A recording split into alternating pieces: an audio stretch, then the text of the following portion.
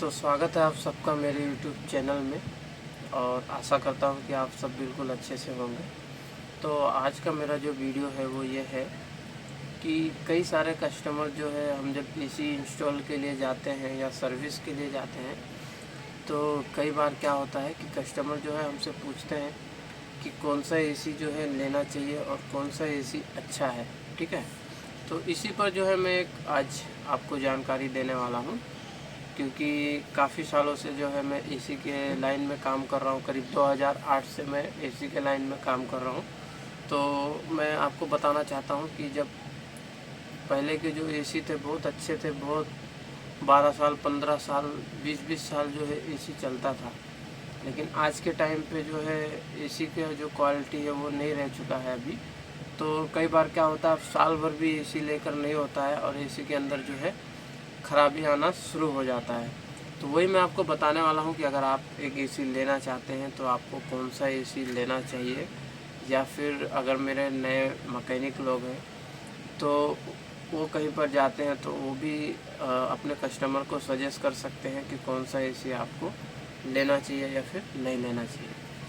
तो देखिए, आप मार्केट में जब भी आप एसी लेने के लिए जाओगे तो सबसे पहले जो है कस्टमर आपको 2 एसी दिखाएंगे, या फिर ये हो सकता है कि आपको इन्वर्टर एसी को जो है वो ख़रीदने के लिए बोले। ठीक है, तो इन्वर्टर एसी में क्या है कि आपको जो आपका इलेक्ट्रिसिटी जो है सेव होता है। आपको सारी चीज़ें जो है आपको दुकानदार बताएगा कि देखो, इन्वर्टर एसी लेंगे तो आपका जो करंट कंजप्शन है वो कम है और आपका इलेक्ट्रिसिटी जो है बहुत बिल कम आएगा, और बहुत सारी जो है आपको प्रोग्राम इन्वर्टर एसी में आपको बताया जाएगा। ठीक है, और नॉन इन्वर्टर एसी क्या है, थोड़ा सा जो है पहले के जो एसी थे वो बहुत सारे जो है करंट को वेस्ट करते थे और लाइट बिल बहुत ज़्यादा आता था। तो अभी क्या है, अभी जो नॉन इन्वर्टर एसी आता है वो पहले के मुकाबले उसका आधा करंट जो है लेता है।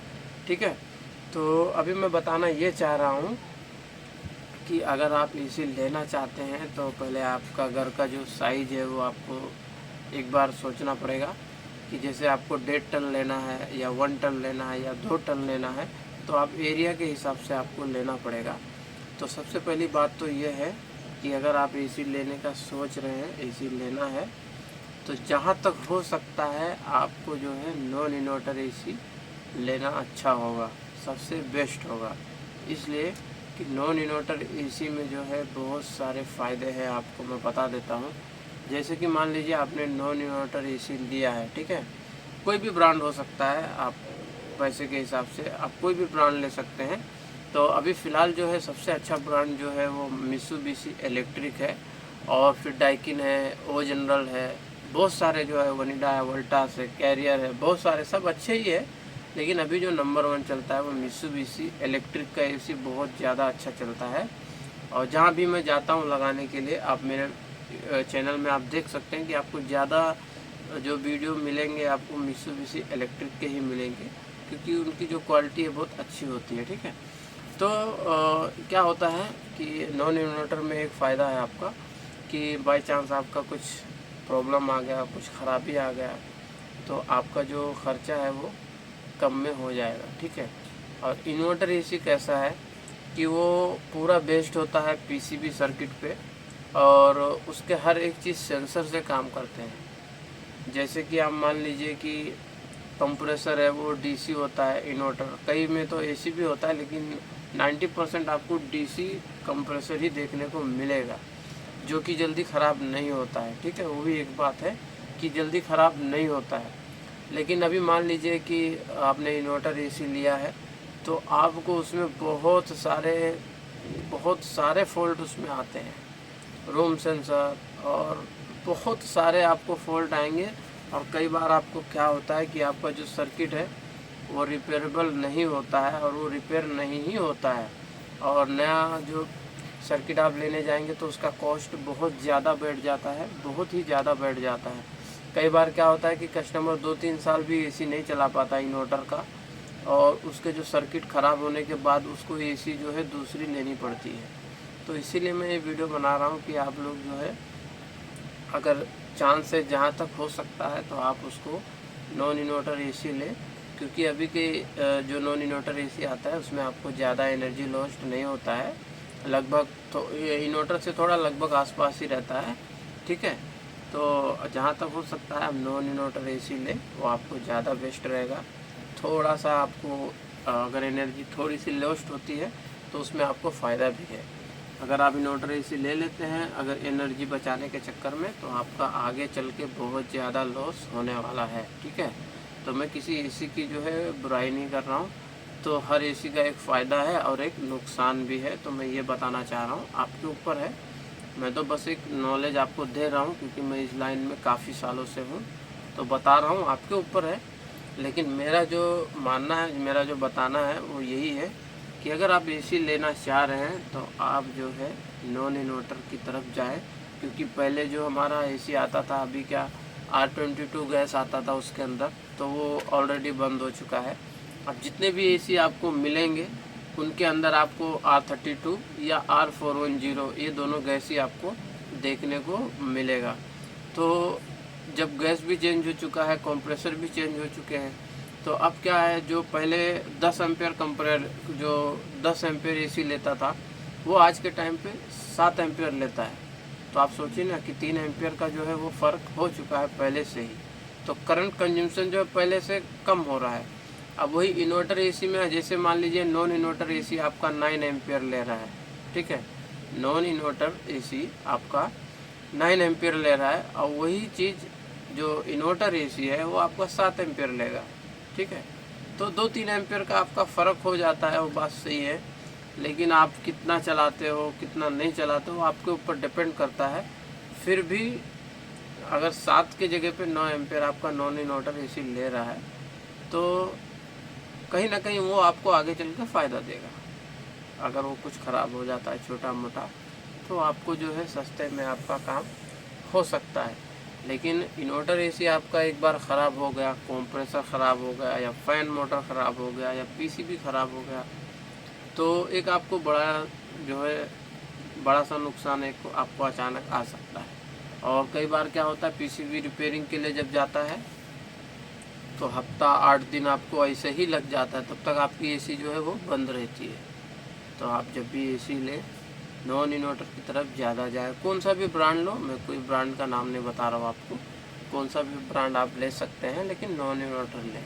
ठीक है, और थोड़ा अच्छा क्वालिटी का आप चाहते हैं तो फिर मित्सुबिशी इलेक्ट्रिक है, मित्सुबिशी हैवी है, वोल्टास है, कैरियर है, ये सारे ब्रांड बहुत अच्छे हैं। डाइकिन है, ओ जनरल है, ब्लू स्टार है, इनके आप कोई सी भी कंपनी आपकी तरफ से आप चूज़ कर सकते हैं, आपको जो बेटर लगे, लेकिन नॉन इन्वर्टर में वो आपको मिलेगा ही मिलेगा। क्योंकि पहले क्या था, इन्वर्टर एसी जब निकला था तो लोग बहुत ज़्यादा उसको जो है ख़रीदते थे, लेकिन जब प्रॉब्लम आनी शुरू हो गई तो लोग जो एक बार इन्वर्टर एसी लिया है वो दोबारा नॉन इन्वर्टर एसी ही लेता है, क्योंकि उसको इन्वर्टर एसी नहीं चाहिए।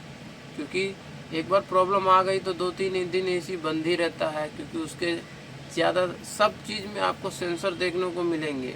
फ़ैन मोटर में सेंसर, कूलिंग कॉइल में सेंसर, एयर में सेंसर, कंप्रेसर में सेंसर, डिस्चार्ज में कंडेंसर में सेंसर, हर एक चीज़ के लिए उसके अंदर सेंसर लगाया गया है। थोड़ी सी भी गैस कम हो गई तो आपका एसी बंद हो जाएगा। नॉन इन्वर्टर में ऐसा आपका नहीं आता है। अभी फ़िलहाल जो है थोड़े नॉन इन्वर्टर एसी आ रहे हैं, तो थोड़ा सा उसमें जो है प्रोटेक्शन दिया रहता है, लेकिन फिर भी वो बहुत अच्छा है। तो ये मान के चलिए कि आपको जब भी एसी ख़रीदना चाहते हैं तो ये वीडियो देख लीजिए, एक बार समझ लीजिए कि मैं क्या बताना चाह रहा हूँ आपको। और नॉन इन्वर्टर एसी आप कौन सा भी ब्रांड का अपने हिसाब से ले सकते हैं।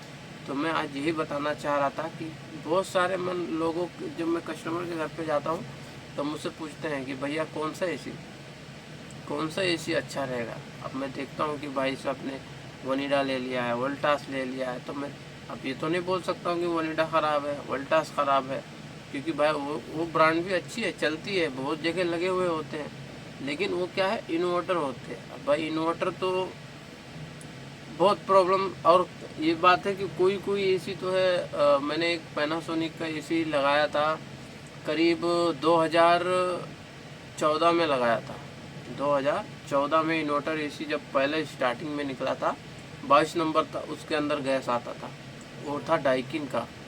तो डाइकिन का मैंने 2014 में लगाया था एक ऑफिस में, और अभी लास्ट ईयर मैंने वहाँ पर एसी जब थोड़ा सा वहाँ पर जो काम जो है फिर से काम हुआ पूरा ऑफिस का, तो उस एसी को जब निकालने के लिए गया तो एसी चालू था, लेकिन कस्टमर ने क्या है वो निकाल दिया। अभी मित्सुबिशी इलेक्ट्रिक का लगा दिया है वो, तो वो अभी भी एसी वो चालू ही था, ठीक है। तो इतना साल होने के बाद भी वो एसी चालू था, उसमें 22 नंबर का गैस था। मेरे यूट्यूब चैनल पे शायद वो वीडियो आपकी होगी, R22 गैस डाइकिन का, और वो इन्वर्टर एसी था, पहला इन्वर्टर एसी था वो, जब मैंने वहाँ पर फिटिंग किया था। बहुत ही अच्छा चला वो, उसमें भी सर्किट है, सेंसर है, सारे चीज़ है उसके अंदर। तो यही बोलता हूँ कि कोई नसीब के ऊपर है, चलना है बहुत ज़्यादा चल जाएगा, लेकिन रिसेंटली जो है आपको फॉल्ट कहीं ना कहीं देखने को मिलेगा ही मिलेगा इन्वर्टर एसी में। पावर फ्लक्चुएशन हो गया, सर्किट शॉर्ट, थोड़ा कुछ प्रॉब्लम आ गया, फेज न्यूट्रल उल्टा हो गया, सर्किट शॉर्ट, बहुत सारे प्रॉब्लम आते हैं। इसीलिए जो है आप लें, एकदम बेस्ट है आपके लिए, नॉन इन्वर्टर एसी ले लें, ठीक है। 1.5 टन हो 2 टन हो, कौन सा भी फ़र्क नहीं पड़ता है, आप अपने हिसाब से रूम के हिसाब से आप ले सकते हैं। और एसी जब लें आप, तो ये चीज़ याद रखें कि आपको टाइम से सर्विसिंग करानी है, ठीक है। आपको उस एसी की सर्विसिंग जो है वो बिल्कुल टाइम से करानी है, तो आपका एसी जो है बिल्कुल अच्छे से चलेगा। तो चलिए, आशा करता हूँ कि आप लोग जो है सोच समझ कर एसी लेंगे जब भी लेंगे, क्योंकि अब बार बार एसी लेना नहीं होता है। तो जब भी लें अच्छे से देख कर समझ कर लें, दुकानदार का बात ज़्यादा ना माने, आप अपने हिसाब से या अपने टेक्नीशियन से पूछ लें कि कौन सा एसी अच्छा होता है, तो वो आपको ज़रूर बताएगा कौन सा एसी अच्छा है। बाकी आपकी जानकारी के लिए मैंने बना ही दिया है। तो आशा करता हूँ आप लोगों को वीडियो अच्छी लगी होगी। तो चलिए मिलते हैं नेक्स्ट वीडियो में, और अगर आपको वीडियो अच्छी लगी होगी तो एक लाइक कर देना, चैनल पर नए होंगे चैनल को सब्सक्राइब कर देना। कुछ दिल में डाउट होगा तो कमेंट में पूछ सकते हैं। मैं जो है अपने यूट्यूब फैमिली की जो है कोई भी कमेंट करता है तो मैं उसकी रिप्लाई ज़रूर देता हूँ। आप मेरे कमेंट सेक्शन में जाके कोई भी वीडियो में देख सकते हैं कि मैं हर एक वीडियो का जो है रिप्लाई ज़रूर देता हूँ। तो चलिए मिलते हैं नेक्स्ट वीडियो में। Take care, thank you for watching.